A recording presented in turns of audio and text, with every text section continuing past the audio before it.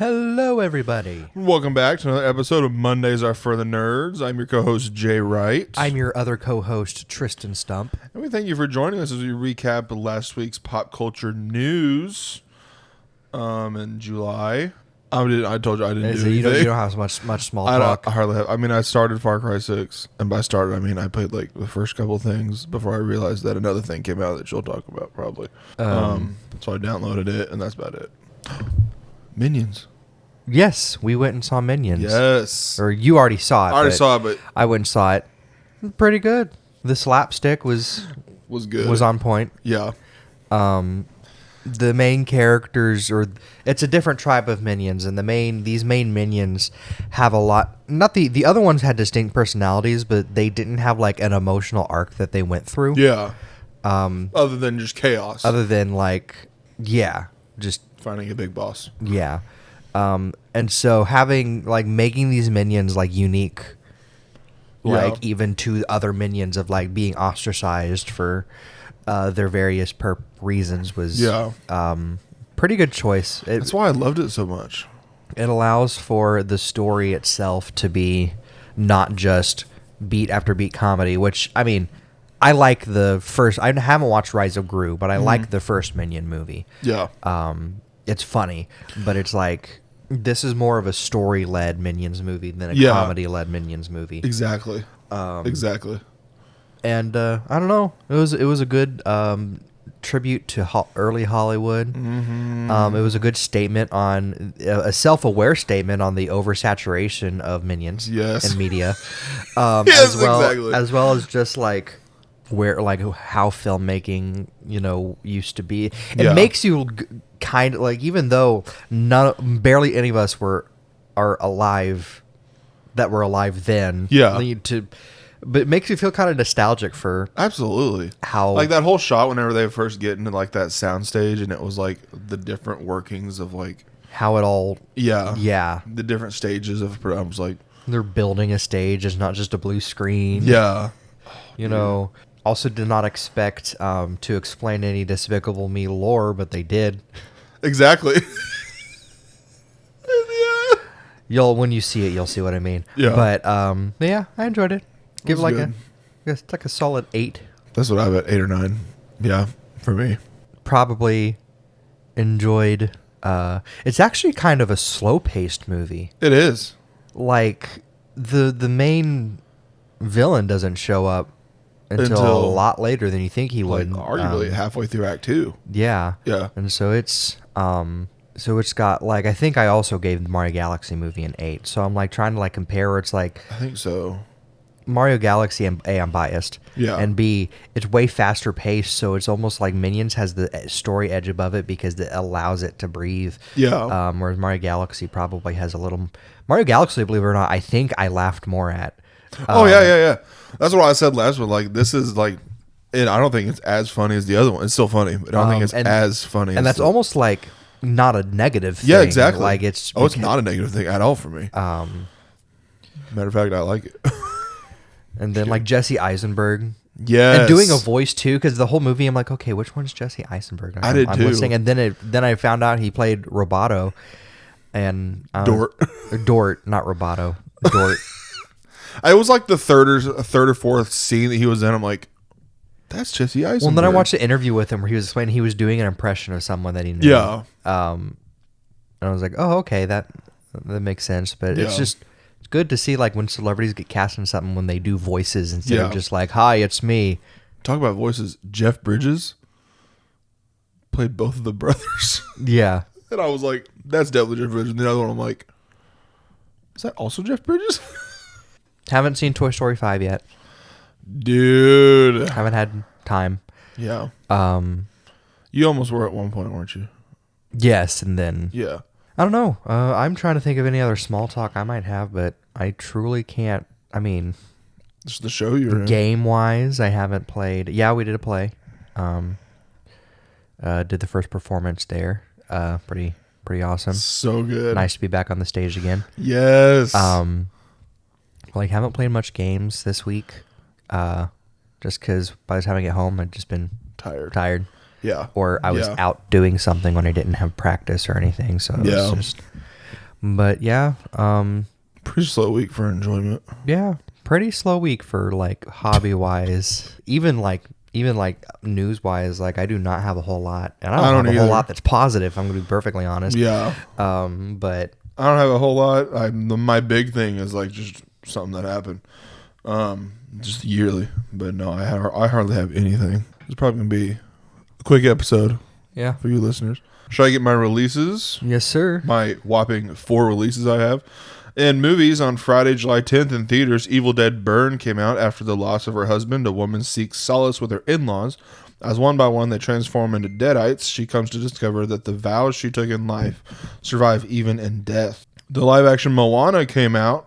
I will be seeing that after we record this. And then Zoe Deutsch continues her summer 2026 run in film with Gail Daughtry and the Celebrity Sex Pass. When her fiance uses their Celebrity Pass agreement, Midwest bride Gail Daughtry travels to Hollywood, seeking revenge by pursuing her own celebrity encounter, John Hamm. And then on TV side of things, on Thursday, July 9th, Little House on the Prairie series revival came to Netflix. And in music, only one piece. Travis Scott has an original song, When I'm Home, in the Odyssey, also performed by Ludwig Göransson and James Blake, and Christopher Nolan was one of the writers on the song. And that is all for my releases. My releases for this week, not a whole lot. July 7th, Doom the Dark Ages Revelations DLC launched on PC, Xbox, and PS5. Moonlight Peaks launched on Switch, Switch 2, and PC from developer Little Chicken and publishers Xseed Games and Marvelous Europe. Welcome to your new vampiric life in the magical town of Moonlight Peaks. Raise mystical crops, learn spell casting and potion making, and befriend or even romance the local werewolves, witches, and mermaids in this heartwarming supernatural life sim. Eternity awaits. July 9th, Assassin's Creed Black Flag Resynced, released on PC, Xbox, and PS5 from Ubisoft. The iconic solo pirate adventure returns. Sail the Caribbean as Edward Kenway during the golden age of piracy in this faithfully enhanced remake featuring stunning visuals, upgraded gameplay, and new content. Yes, that's the one. I forgot it was coming out this week until like yesterday afternoon. So I'm just going to download it. I'm very excited to get back into that. Backyard Baseball, released on all major platforms from Mega Cat Studios and Playground Productions. An arcade-style classic is back, and it's leveling up with enhanced gameplay, new game modes, and all the humor and charm of the original. This is Backyard Baseball like it always was meant to be. Are you ready to play like a kid again? Cat Mail Co., released on PC from Rocco Studio and GameSky Games, run a cozy cat post office. Sort and deliver parcels from the daily boat, organizing everything on your way. At night, the moon reveals hidden truths about packages, clear a strange backlog, help locals, and unlock new abilities and destinations. Cursed Companions, released on PC from Crimson Forge Studios. If we say the wrong words, we die. This game kills you with your own voices. Online co-op where everyone gets a forbidden word, say it, and you kill your friends. Explore spooky dungeons, cast spells, and defeat monsters with your voices. 8-player co-op, 16-player trader mode. Dude, when I get my laptop... Oh, that's... yeah. Yes. EA Sports College Football 27, released on PC, Xbox, and PS5 from Tiburon and publisher EA. Step into the modern era of college football where personal ambition meets program pride, balance expectations, identity, and everything Saturday demands while immersed in traditions and pageantry of game day. I heard this one, like, it came with like so many microtransactions that EA had to go back and like take them out because the backlash was so bad. Like the amount of microtransactions it had was like abysmal. Grand Blue Fantasy Relink Endless Ragnarok DLC launched on PC, Switch 2, and PlayStation. July 10th, Bravest Coconut released on PC from Little Nebula. Bravest Coconut is a point-and-click adventure game about pointing and clicking. Help Coco the cat as her on her quest to return to a library book. Oh, I see. Sorry, grammar. Help Coco the cat as her quest to return a library book becomes much more complicated than she thought. Solve story-driven puzzles, fight monsters, and explore the beautiful valley in this retro hand pixel adventure. And then Echoes of Aincrid, released on PC from Xbox and PS5 from Game Studio Inc. and publisher Bandai Namco. Step into Aincrid, a world of beauty and danger where every battle could be your last. Create your hero, choose your gear, and master combat by building strategy with your partner, leveling up, and unlocking special abilities to expand your horizons. And finally, Power World version 1.0 launched. And that is my releases for this week. I apologize. I don't know why my brain took... it was not wanting to read. No compute. Yeah. My first batch of miscellaneous and posters got posters for Dune Part 3 and Godzilla Minus Zero. In trailers, got a trailer for Aang the Last Airbender releasing July 25th on Paramount Plus. Soulmate releasing August 1st on digital. The Wrong Girls releasing August 14th in theaters. And American Doctor also releasing August 14th in select theaters. Got trailers for Idiots and Buddy, both releasing August 28th in theaters. The Gentleman Season 2 releasing September 3rd on Netflix. Hope releasing September 9th in theaters. Mobland Season 2 releasing September 18th on Paramount Plus. The Greatest premiering on November 4th on Prime Video. Godzilla Minus Zero, releasing November 6th in theaters. And Dune Part 3 releasing December 18th in theaters. In release dates, as previously mentioned, Aang the Last Airbender got a release date of July 25th on Paramount Plus, and How to Rob a Bank was delayed to November 13th. In castings, Task and Mayor of Easttown are officially becoming part of the same universe, with Julianne Nicholson reprising her Mayor of Easttown role in Task Season 2. Ariana Grande will no longer appear in American Horror Story Season 13 due to scheduling conflicts with her tour. And Peter Dinklage, Tracy Ullman, Jerome Flynn, and Sam Spruell have been cast for Season 2 of Alien Earth. That is all for my first batch of miscellaneous. In my gaming news, Microsoft has laid off 3,200 employees at Xbox and I think another 4,800 at Microsoft themselves. And also sold off 4 studios. Double Fine and Compulsion Games will now go independent. They were both independent before. Ninja Theory and Undead Labs have found new owners, though the deal is still pending. And Arcane Lion, which is the team behind Blade, is still searching for a new owner. id Software was also affected by the layoffs, but released a statement assuring that the remaining team size, because it was rumored to be fluctuating.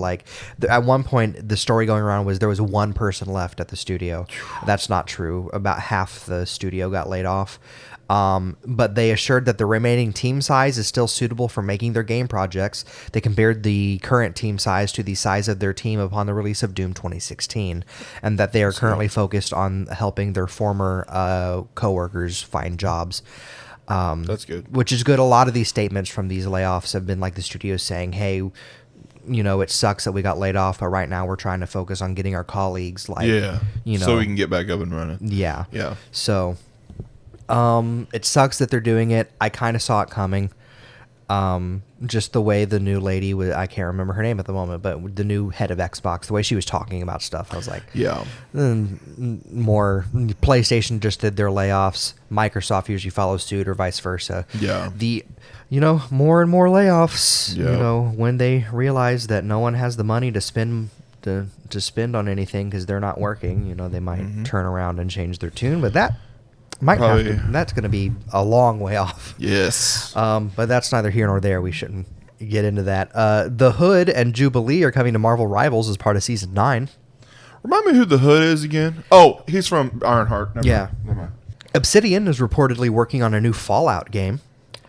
Yes, I saw that. So that's pretty exciting. Wayward Astronaut has announced sci-fi point-and-click adventure game The Starless Skies. Mortal Shell 2 releases August 20th. Deep Word was announced, a horror first-person shooter roguelite set in the 1920s. You play as 3 of 6 heroes and switch between them in fast-paced combat. Twisted Tower releases August 18th. Scream Operator, Haunted House Manager was announced. You manage and maintain a haunted house attraction. Fantasy RPG extraction shooter Dungeon Betwist was announced. Or Betwinkst. Not Betwist, Betwinkst. Dungeon Betwinkst. I mistyped.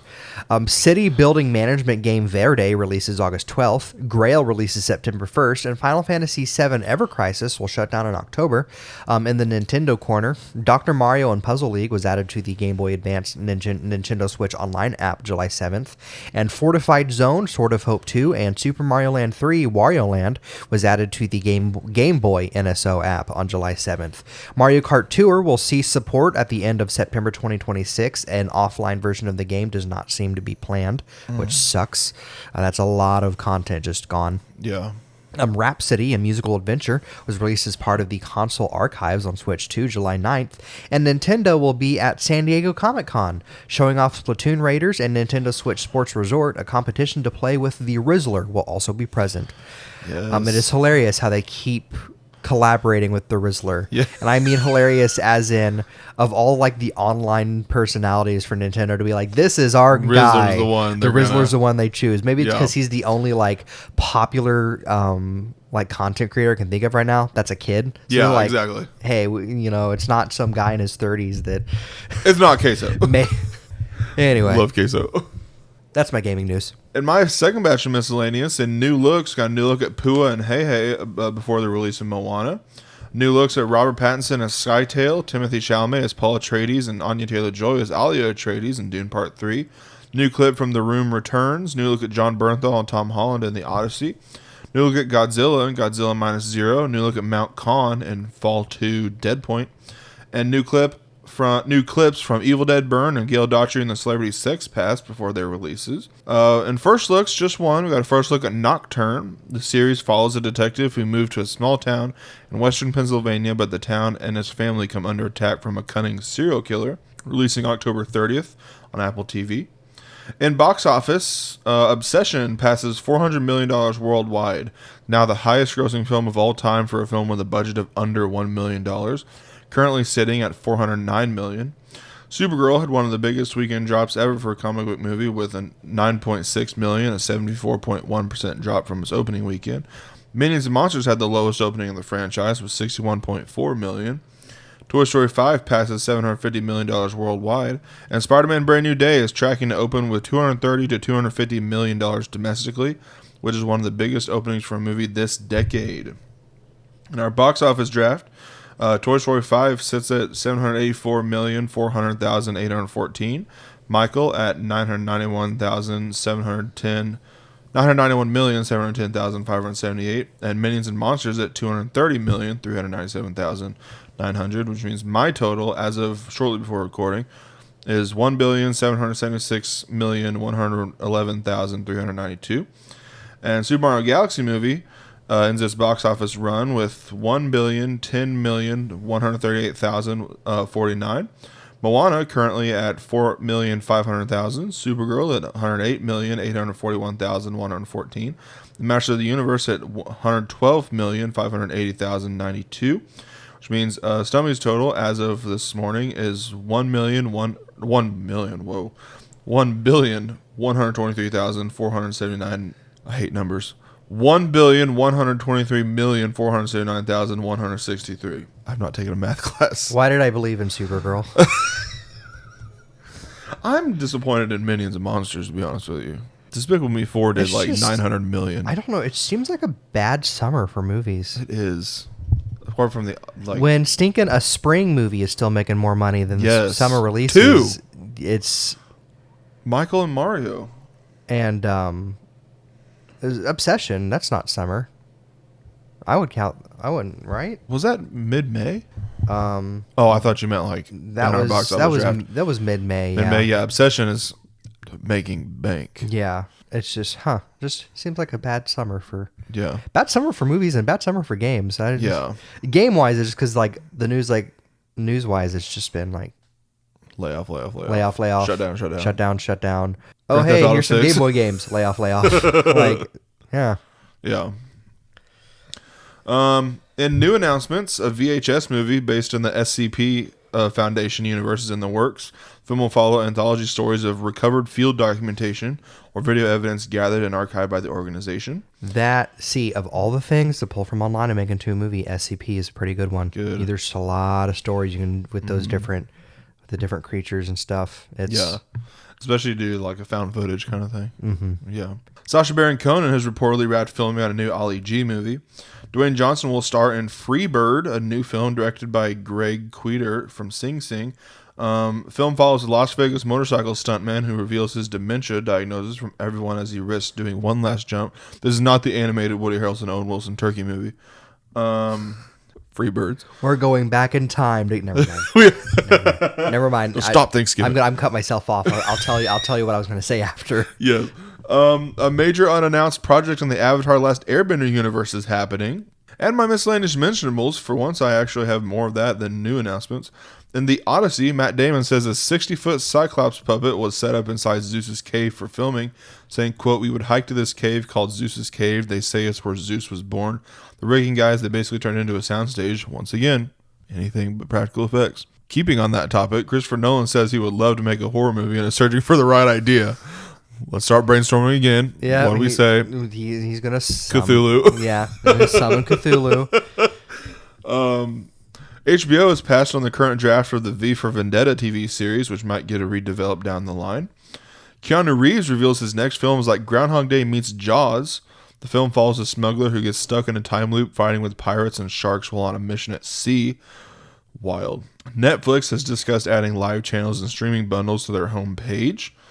And in San Diego Comic-Con panels, Percy Jackson and the Olympian Season 3 will have a panel on July 23rd. Spaceballs 2 will have one on July 24th. And there will also be panels for Prime Video's series Blade Runner 2099 and Mike Flanagan's Carrie.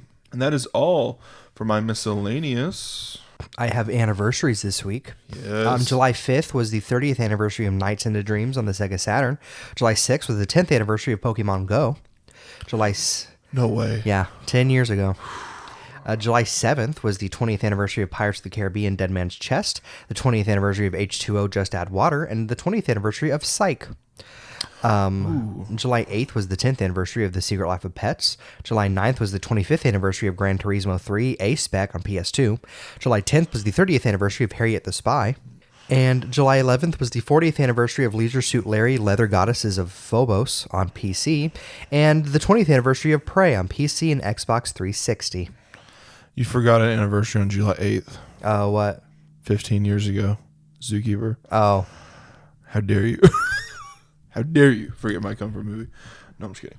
I don't have pop culture news this week because I didn't know the Emmy Award nominations were being announced. So buckle up for that. In comedy, the best comedy series nominations were Abbott Elementary, The Bear, Hacks, Margot's Got Money Troubles, Nobody Wants This, Only Murders in the Building, Shrinking, and Widow's Bay. Best actor nominations were Yahya Abdul-Mateen II for Wonder Man, Steve Carell for Rooster, Matthew Reese in Widow's Bay, Jason Segel in Shrinking, and Martin Short for Only Murders. Best actress nominations were Quinta Brunson in Abbott Elementary, Iowa Debris in The Bear, Elle Fanning in Margot's Got Money Troubles, Lisa Kudrow in The Comeback, and Gene Smart in Hacks. Best supporting actor nominees were Coleman Domingo for The Four Seasons, Paul W. Downs for Hacks, Harrison Ford in Shrinking, Nick Offerman in Margot's Got Money Troubles, Stephen Root in Widow's Bay, Michael Urie in Shrinking, and Tyler James Williams in Abbott Elementary.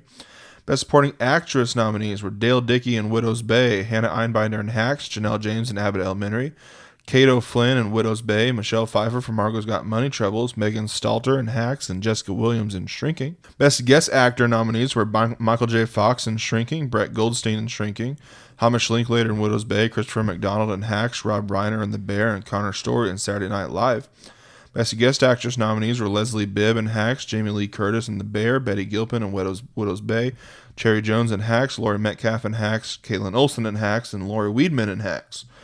Best directing nominees were Abbott Elementary for the episode Ball Game, The Bear for Bears, The Chair Company for Life Goes By Too Effing Fast, It Really Does, Hacks for the finale, The Miss Pat Show for Give It a Rest, and Widow's Bay for Welcome to Widow's Bay. And Best Writing went to Abbott Elementary for Team Building, The Chair Company for the same episode as directing, The Comeback for Valerie Does It All, Hacks for the finale, Company Retreat for Mergers and Acquisitions, and Widow's Bay for Welcome to Widow's Bay. In drama, Best Drama nominees were The Diplomat, The Gilded Age, A Night of the Seven Kingdoms, Paradise, The Pit, Pluribus, Slow Horses, and Your Friends and Neighbors. Best Actor nominees were Sterling K. Brown for Paradise, Gary Oldman for Slow Horses, Mark Ruffalo for Task, Rufus Sewell in The Diplomat, and Noah Wyle in The Pit. Best Actress nominations were Carrie Coon in The Gilded Age, Chase Infinity in The Testaments, Kerry Russell in The Diplomat, Rhea Seehorn in Pluribus, and Zendaya in Euphoria. Best Supporting Actor nominees were Patrick Ball in The Pit, Billy Crudup in The Morning Show, Sean Hatosi in The Pit, Jaron Howell in The Pit, Jack Lowden from Slow Horses, Tom Pelphrey from Task, and Carlos Manuel Vesco from Pluribus. Best Supporting Actress nominees were Taylor Dearden in The Pit, Fiona Dourif in The Pit, Allison Janney in The Diplomat, Catherine Lanassa, Sepeda Moafi, both from The Pit, Julianne Nicholson in Paradise, and Caroline Wydra in Pluribus. Best Guest Actor nominees were Coleman Domingo in Euphoria, Ernest Harden Jr. for The Pit, Jeff Hiller for Pluribus, Jeff Kober for The Pit, Jonathan Pryce in Slow Horses, and Bradley Whitford for The Diplomat. Best Guest Actress nominees were Brittany Allen, Tal Anderson, Tina Ivlev, all from The Pit, Miriam Shore in Pluribus, Merritt Weaver in The Gilded Age, and Shailene Woodley in Paradise. Best Directing went to The Gilded Age for the episode My Mind Is Made Up, Paradise for Exodus, The Pit for 12 p.m., Pluribus for We Is Us, Slow Horses for Scars, and Task for Out Beyond Ideas of Wrongdoing and Right Doing, There Is a River. Best Writing nominees went to The Diplomat for Am I Against It, The Pit for both episodes 1 p.m. and 12 p.m., Pluribus for We Is Us, Slow Horses is for Scars, and Task, A Still Small Voice.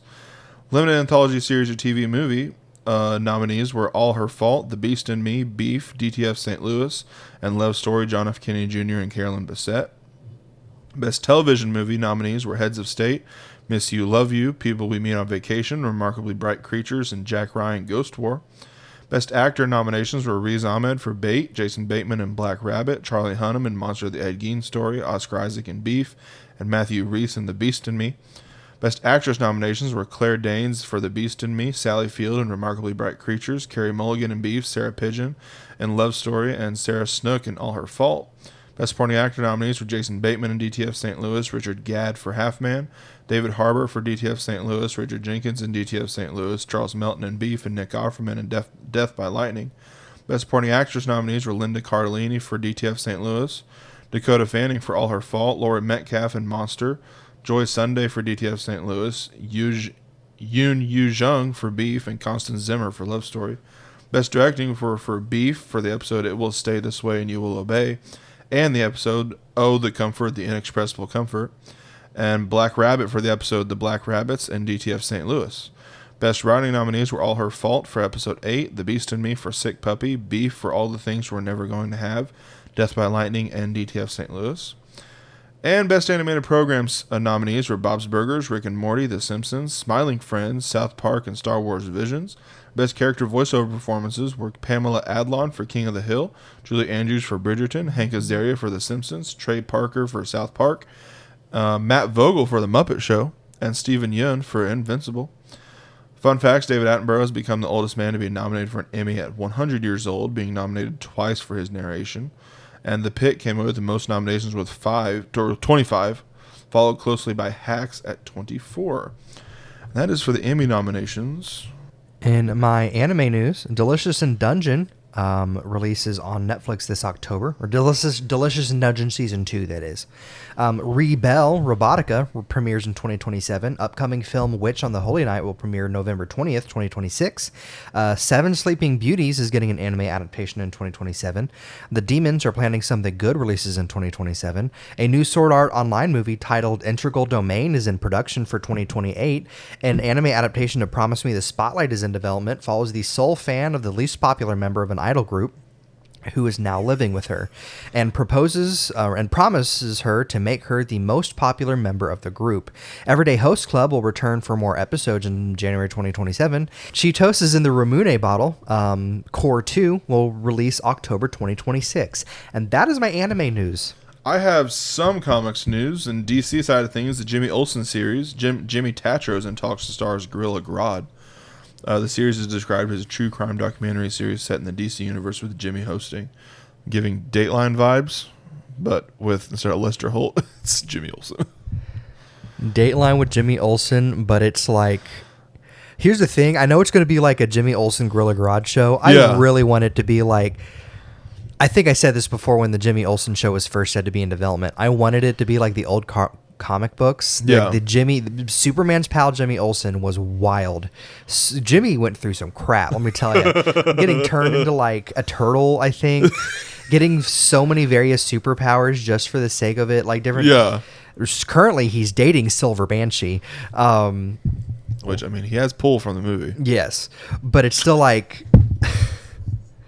I was hoping like, okay, every episode is gonna be something crazy, and then it's like, oh, maybe this Dateline thing, maybe every episode's like he's focusing on a different villain, and this is how this DC universe gets to like highlight villains that they might not make full movies Yeah. about. Yeah. You know, where it's like, oh, this is a cool way to do that. But if it's just going to be Gorilla Grodd, I'm like, it's still probably going to be good. But I'm like a little disappointed. I'm like, you're not making the potential. You're not making it an anthology with Jimmy Olsen. Yeah. When that. Yeah. That's probably like, in my opinion, the best way to adapt Jimmy Olsen into a show for is his own, to pull from his roots. Yeah. Like I know currently Jimmy Olsen's just like not as utilized. Like he's, you know, they're not going to focus on the human characters when they can focus on their superheroes. Yeah. But like, I don't know, man. Jimmy Olsen just has so much potential. Has so much potential just for be a like show. Wild. And just to set him up with Gorilla Grodd, where it's like, well, we don't have the Flash yet, but we really want to do Gorilla Grodd. So yeah, it's like, bruh. Anyway. Peacemaker was nominated at the 78th Emmys for stunt coordination for comedy programming, and Lanterns will have a panel at San Diego Comic-Con on July 24th with Aaron Pierre and Kyle Chandler. On Marvel side of things, Spider-Man Brand New Day, we got a new look, a new short teaser which featured Spider-Man versus the Hulk using Shocker's Gauntlet. Spider-Man's using Shocker's Gauntlet. And J.K. Simmons says he won't return as J. Jonah Jameson. He also said he's never met Tom Holland, despite being in 2 movies, which makes sense. Which means that we won't see J. Jonah Jameson for the remainder of the MCU. Because I doubt they'll recast him. I doubt it. But I also don't blame him for not wanting to play the character anymore. Like, yeah, even though it's iconic. Even though it's iconic, there's got to be other actors that... I'm not going to get into it. It's can of worms. Marvel Studios will have their 1-hour Hall H panel at San Diego Comic-Con on July 25th from 7:30 to 8:30 p.m. Central. Wonder Man, as previously mentioned, Yahya Abdul-Mateen II has been nominated for Best Actor in a Comedy Series for the 78th Emmys. Spider Noir was nominated 11 times for production design for narrative, period, or fantasy program, 1 hour or more. Cinematography for a series, 1 hour. Prosthetic makeup, title design, music composition for a series, original dramatic score, original music and lyrics, sound editing for a comedy or drama series, 1 hour, sound mixing for a comedy or drama series, 1 hour, special visual effects in a single episode for Nightmare on a Gurney, stunt coordination for comedy programming, and stunt performance. And Indy Navarrete says she would be interested in doing a Marvel film. She also mentioned that she recently met with Jake Schreier, the director of the new X-Men film. That is all for my comics news and appearances. Mobland's on a second episode. Minions and Monsters, The Odyssey, Supergirl, and Toy Story 5 on their third. Moana on its fourth. Spider-Man Brand New Day on its sixth. Masters in the Universe on its seventh. Obsession on its ninth episode, which is wild for like most of it being box office. Michael on its 10th episode, and Super Mario Galaxy Movie on the 14th. And Celebrity Deaths, Bonnie Tyler was 75, Total Eclipse of the Heart, and Holding Out for a Hero singer. Joby Baker was 92, 60s and 70s staple who acted with Elvis Presley and Goldie Hawn. Lauren Bennett was 36, Party Rock Anthem singer. Louise Lasser was 87, Mary Hartman, and Girls actress. Christina Sands was 36, Born This Way star. Nitzan Giladi was 56, Israeli director known for In Satmar Custody and Wedding Doll. And Mark Messier was 78, Canadian actor known for Jesus of Montreal and Bluff. My sources this week for Movie Insider, IMDb, Deadline, Nylon, The Insnider, The Television Academy, Variety, comicbook.com, Entertainment Weekly, Collider, Screen Rant, Wall Street Journal, and of course, Discussing Film. My sources for this week were IGN, Crunchyroll, Discussing Film, Nintendo Everything, Bloomberg, and the official sites and socials of the studios and projects mentioned today. And now, to continue on with our July tier list, which Spider People would bring the best potato salad to the cookout. Our first one this week is Penny Parker. Penny Parker. Yes. I'm not sure. I'm not sure how either. That one would turn out. I feel like it'd be hit or miss on whether or not she'd make good potato salad. Should I remind you of the categories? Yes. Highlight of the gathering, which so far has no one. Probably be invited back. Can't tell if it's store-bought or not. One person enjoyed it and no one touched it. I feel like she can't tell if it's store-bought or not. Can't tell if it's store-bought. Above, Anya Corazon? Yes. Or above. Okay, next one is Peter Parker. I feel like he would be highlight of the gathering only because Aunt May's, it has to be Aunt May's recipe, right? Like, yeah. Although it depends. Sometimes Peter's a bad cook. Sometimes he's good. That is true. Like the PS4, like Sony's or It's canon. Insomniac Spider-Man, canonically, he's a terrible cook. Yeah. So are we saying... But then if it's like Miles Morales where Aunt May could have made it and he brought it. True. But I do agree with Highlight of the Gathering. If it's Aunt May's. If it's him, I feel like it'll bring it down a peg. Yeah, I say that. I say he's Highlight. Highlight. Yeah. Because Aunt May made it. Ben Reilly. Scarlet Spider. Scarlet Spider. So obviously we know this is a clone of Peter. Yes. At one point it was like said, oh but it's not Kane Ben clone. Reilly's the original and Peter's the clone, and then they realized that was stupid and went back on that. But so if he's a clone, Highlight of the Gathering, or probably be invited back. Actually, put Peter and probably invited back. Make Scarlet Spider Highlight of the Gathering. Really? I feel like it would be hilarious that he's a better cook than Peter. True, because they make things better when they clone it. I agree. Is Peter going to be above Miles? Below Miles. We just knocked Peter down 2 pegs. Yep. And put Ben Reilly up at... Hey, if Marvel can do it, so can we. True. Our next one is Silk. Cindy Moon. I feel like she's a bad cook. I don't know why. How old is she? I'm thinking of Insomniac. She's like a kid. She's like typically in her late 20s to mid 30s. Oh, wow. Okay. I don't know why, but I feel like she's a bad cook. The vibe? Just the vibe I get is she's a bad cook. So no one touched it? I feel like is she no one Kane touched level? it. Actually, no, she's not Kane level. Okay. Like maybe one person enjoyed it. This is the new tier list where it's Sid at the bottom and Darla. One person enjoyed it? Yeah, I feel like one person enjoyed it. Did they enjoy it more than Madam Web or Julia Carpenter? Yes. More? Probably because she put like raisins in it or something. I don't know. Yeah, one reason. Yeah. And our last one for this week is Bailey Briggs, Spider Boy. This one I had to dig for to round out the count.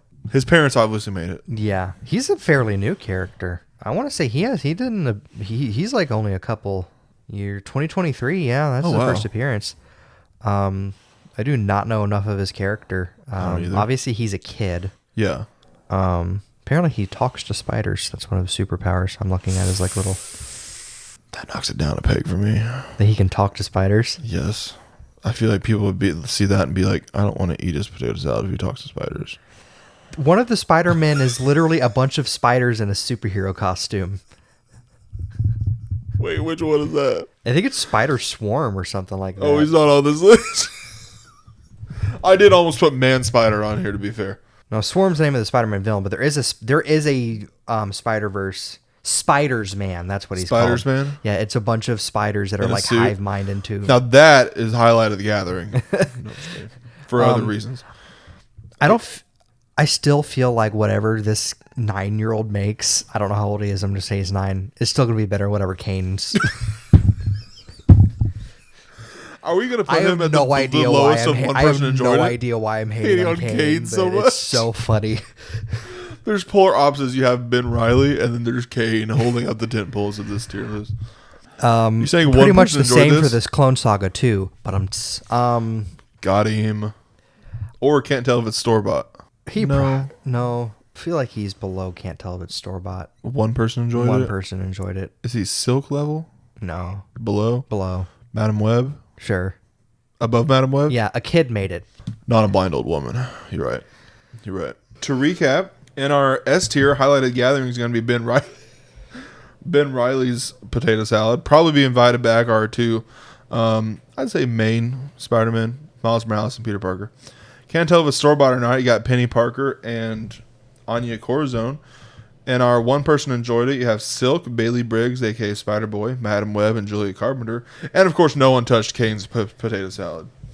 No one's going to touch Kane's potato salad. There's one other one that I might make the argument for being down there with Kane, but we'll get to it when we get to it. If he's on there. Who is it? Because I won't tell you if he's on there, but I'll look at my list. Spider-Ham. We'll see.